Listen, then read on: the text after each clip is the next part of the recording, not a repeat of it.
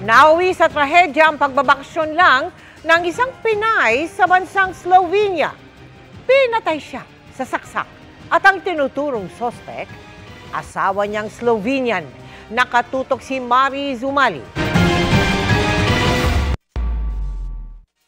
Nitong Disyembre, nagbakasyon ang Pilipinang si Marvil Facturan sa Bled, Slovenia. Ang tinubo ang bansa ng napangasawang Slovenian.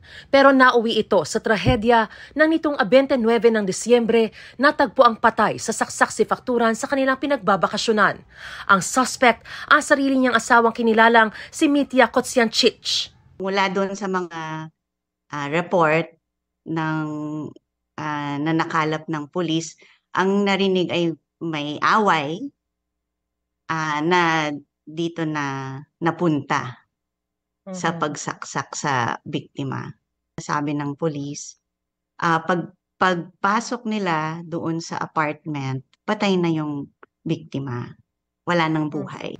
Nadatnan daw ng mga pulis ang suspect sa lugar at agad siyang inaresto at kasalukuyang nakakulong. Ayon sa DFA, natapos na ang isinagawang autopsy sa labi ni Facturan at nakipag-ugnayan na rin sa ina ng biktima ang ating embahada roon. Umaasa silang maiuwi na ang labi ni Facturan sa Pilipinas sa loob ng 2 linggo.